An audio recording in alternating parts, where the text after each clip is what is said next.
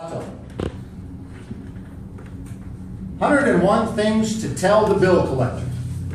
101 things to tell the bill collector. Michael, MJ, Falato.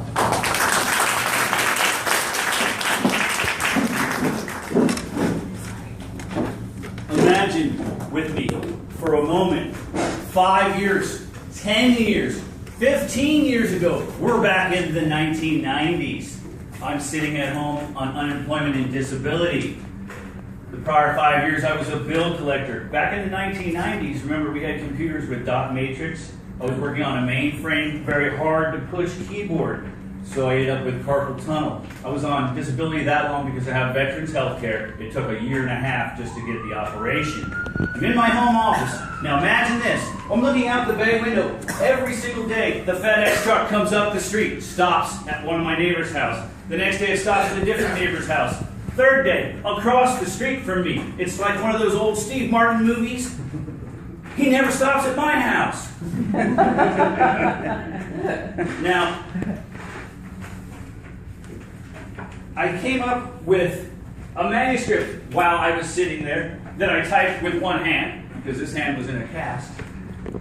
101 Things to Tell the Bill Collector is a collection of weird excuses, strange alibis, and just darn right bleeding heart stories that I heard while I was a collector. I knew a good story when I heard them, so I jotted those things down and took them home with me. I had a little file that I kept.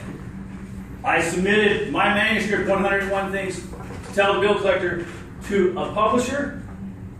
Very shortly, to my surprise, within the next 2 weeks, the FedEx truck stopped at my house. Just like in a Steve Martin movie. I am somebody, I am somebody, I am somebody. Mr. Toastmaster, fellow Toastmasters, anybody who's ever felt the euphoric feeling of setting a goal and accomplishing it, taking those steps up the self-actualization pyramid. I felt so high, I was eating steak lobster for a week, for breakfast sometimes. Then, I got a letter in the mail. The publishing company went bankrupt. They couldn't afford the paper anymore. That was the 90s. The internet was coming up. So, I took the lemon, I made lemonade. This allowed me to share my tidbits with pizza halls, bowling alleys, and Toastmaster clubs. My favorite thing to tell the bill collector when they call my house is, are you looking for junior or senior? Whatever they say. That's my father. I've got to go upstairs and turn him. Let's see if he can talk today. I have one file that was stamped Alzheimer's. This poor guy, every time I called him, he would say, son, is that you? I'm off work now. I'll meet you outside in 10 minutes. Now, after 4 or 5 times of hearing the exact same thing, I closed his file uncollectible. Now, granted, half the things people tell bill collectors are not true, but you gotta think, somewhere in Missouri, there's an old man every day sitting outside at 4 o'clock waiting for his son. Now, I went through a series of people that were missing body parts. The first gentleman was really, really ugly with me. He told me, I don't have any bleeping legs.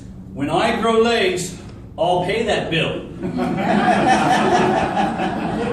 I took the file to my boss. I handed it to him. I said, hey, look, this guy said he ain't got no legs. I don't want to call him no more. He said, no problem. Give me a different file to call on. So I called on that. Now, I guess we were having a batch of ambulatory debt that we were collecting on. Because this guy said, I don't have any bleeping arms. When I grow arms, I'll call you. And then I heard toes going across the keyboard before he hung up on me. Now, if you don't have a bleeding heart story, I've got a chapter in the book about people that moved. The furthest away I had somebody move to Unalaska, Alaska. It's an island on the Aleutian chain. I asked his brother for a forwarding address. He said, well, he's got a really temporary thing till the spring, and I know he's not going to live there in the summer because he's shacked up with an Eskimo woman in an igloo somewhere. There was one debtor that fled the country. His name was Ziggy, down in Miami. Every time I called, I would get his brother. His Ziggy's not here, man. I call again.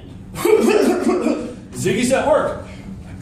Finally, one time I called and they went, Ziggy moved back to Jamaica, man. He won't be back. He hung up on me.